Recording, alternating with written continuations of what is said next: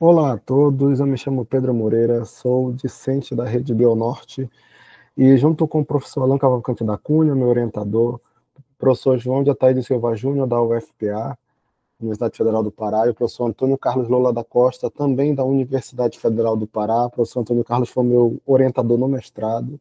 Nós agradecemos à comissão organizadora da 21ª Semana Nacional de Ciência e Tecnologia da Amapá pela possibilidade de mostrarmos aqui um pouco do nosso trabalho, cujo tema desta apresentação, breve e sintética, tem um nome: Respostas térmicas entre pontos de diferentes coberturas vegetais na zona urbana de Macapá.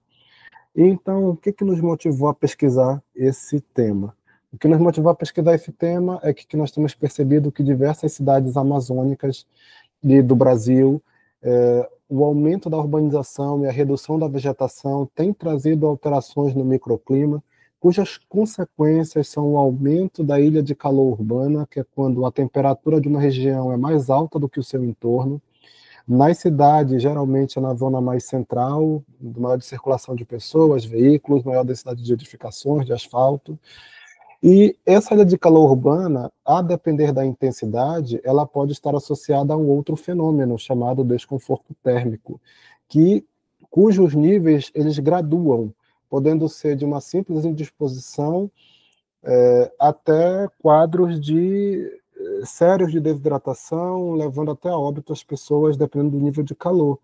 Então, o tema, o estudo sobre a questão urbana, ela é muito fundamental nesse sentido. O microclima urbano é muito fundamental nesse sentido, porque afeta diretamente a qualidade de vida das pessoas, bem como, além do fator saúde, o fator emprego, o rendimento no trabalho e no estudo tende a cair quando a temperatura fique muito elevada a nível de desconforto térmico.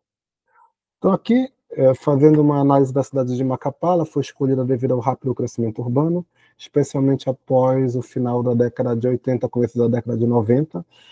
Temos aí uma PAV transformando o estado, a criação da área de livre comércio de Macapá e Santana, o que fez com que a malha urbana se expandisse.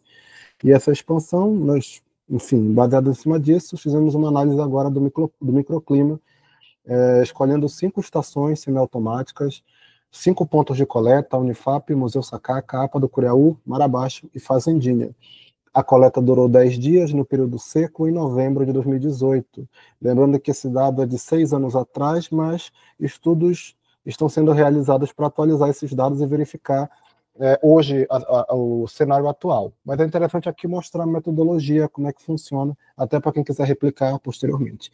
O período seco foi escolhido devido a ser o período em que a resposta do uso do solo é mais evidente do que no período chuvoso, no período de transição. Utilizamos os sensores do modelo U10003 e abrigos meteorológicos alternativos, bem como a técnica de classificação supervisionada de máxima verossimilhança. Essa técnica de classificação ela permite que nós tiremos as porcentagens de vegetação, urbanização, água, solo exposto de cada um dos pontos analisados, dos 5 pontos analisados. E os resultados nos permitiram categorizar esses 5 pontos em 3 categorias: pouco vegetada, que seria a Fazendinha Unifap, pouca presença de vegetação; vegetada, como o nome já diz, aí representado pelo Sacaca e o Curiaú, com alta presença de vegetação, alto percentual; e a categoria solo exposto, grande percentual, não são áreas vegetadas nem muito urbanizadas, apenas o solo exposto, como o nome já diz, literalmente exposto às intempéries, que é o caso do Mar Abaixo. Nos nossos materiais e métodos, abrigo meteorológico alternativo, um abrigo que tem se mostrado extremamente confiável, não só nesse trabalho, mas em trabalhos anteriores de outros pesquisadores. Dentro desse abrigo meteorológico alternativo, além da confiança, ele garante também uma redução dos custos, o que viabiliza a produção do trabalho. O sensor U10003, já comentado, fica dentro desse abrigo meteorológico, protegido da radiação solar direta, o que atrapalharia o desempenho da coleta de dados. E a tabela 1, ela vai indicar a todos nós aqui as porcentagens de área urbanizada, vegetada, solo exposto e água em todos os 5 pontos analisados. Falando rapidamente, os pontos mais urbanizados: Unifap, Sacaca e Fazendinha. Lembrando que o Sacaca só foi considerado como vegetado porque o alto índice de vegetação, porque ele é o ponto mais urbanizado de todos, mas ele tem um alto índice de vegetação, ele ficou junto com o Curiaú. O solo exposto, destaque é o mar abaixo, e a água, maior porcentagem, por padrão, né, no raio analisado, está no Sacaque e no Curiaú. Prosseguindo nossos resultados, pegamos o dia, dividimos em 8 partes, cada parte com 3 horas de duração, e cada 3 horas dessas é a média dos 10 dias para as 3 categorias.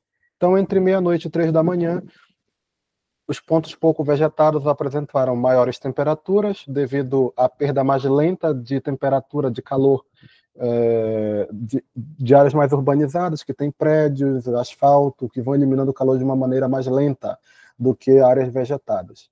Entre 3 e 6 da manhã, a incidência de energia é baixa, então as temperaturas elas ficaram estabilizadas, muito equivalentes, né, muito próximas uma das outras.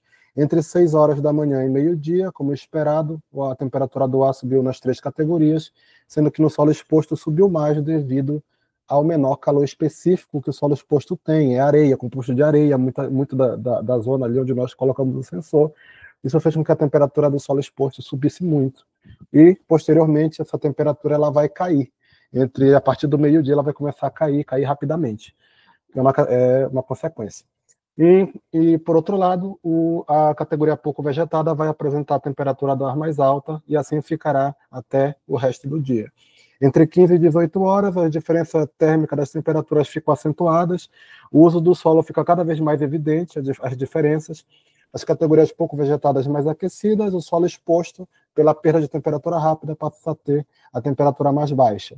E entre 18 horas e meia-noite, a diferença térmica entre as áreas pouco vegetadas e vegetadas ela aumenta mais ainda, o que indica que a vegetação, de fato, traz uma resposta positiva à redução de temperatura.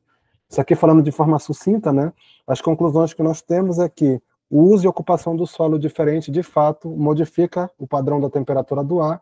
Isso nos faz pensar na necessidade de cidades mais sustentáveis, com materiais de construção mais sustentáveis, o que possibilita uma qualidade de vida melhor para os seus moradores, para os seus habitantes.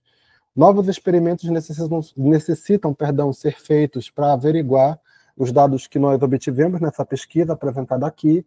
Outras análises estão sendo executadas, e também a importância de parcerias com outras instituições, outros pesquisadores, inclusive para verificar fatores de meso e macroclima, o quanto elas interferem na temperatura aqui de Macapá, no microclima aqui de Macapá. Os nossos agradecimentos ao UFPA pela troca de experiências, os 2 pesquisadores que estão conosco, um foi meu orientador, inclusive, mas, além disso, por ceder os equipamentos para a realização do trabalho de campo, e também ao PIBIT pelo suporte financeiro da Bolsa do professor Alan Cunha, né? Então é isso, desejo um excelente evento a todos e ótimas reflexões que possam ser extraídos desse trabalho.